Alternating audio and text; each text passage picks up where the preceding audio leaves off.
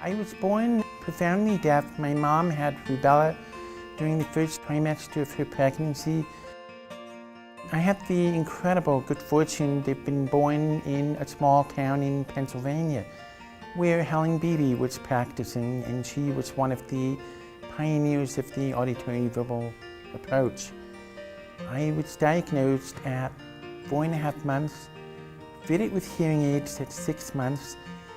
I would say that I was probably the baby that made Helen Beebe realize that you can't start too early. I believe firmly that it was that early identification and early intervention. And for 1965, that's as early as it got back then. And that was really key in my success.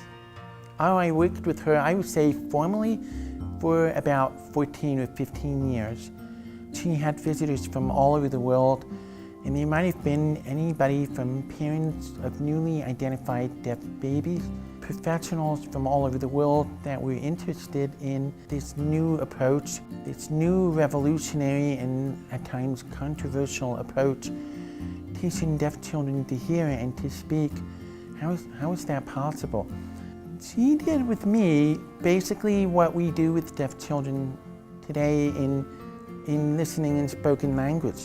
All the focus was on listening. So Beebe would cover her lips and would often work behind me.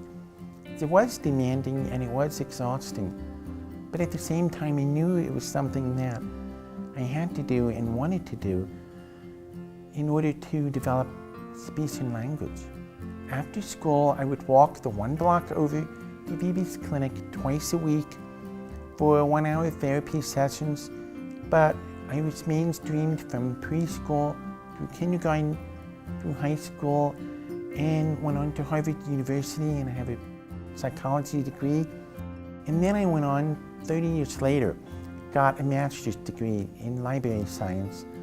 Today I have 2 cochlear implants.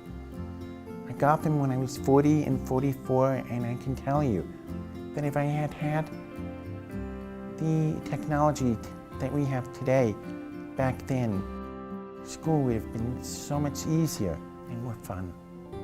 When I graduated from college, I landed in Los Angeles and quickly got a job in closed captioning.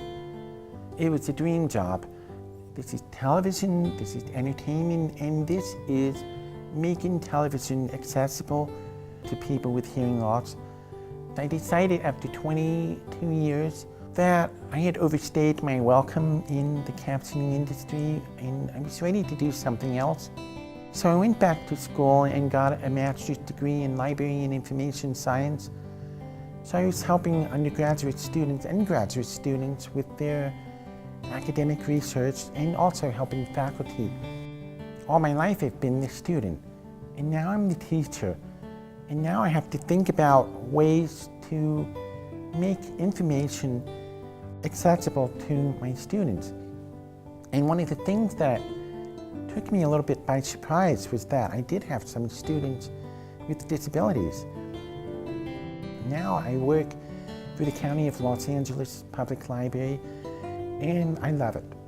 I do use the caption telephone, but it's more of an assist. It's not something that I am always completely reliant on, but what I really love about my job now is that I am working with the public. They may see that I have cochlear implants, but there's no communication barrier. I can hear them, I can help them, and they like me. Because hearing loss is an invisible disability, it's difficult for the world to see our success because we just blend into the mainstream. We blend into the world around us. We are not visible, and so I think that in a way it makes it harder for us to toot our horn and show our success. We have all been there before.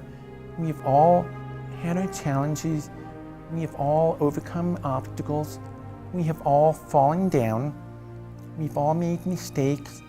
We all have joy to share, and connecting and networking with as many people as you can is one of the key ingredients in navigating a successful path in order to develop speech and language. A.G. Bell has a collective body of knowledge, experience, and wisdom, and it would be a shame not to tap into that. And so we're here to share with you that hindsight and that knowledge.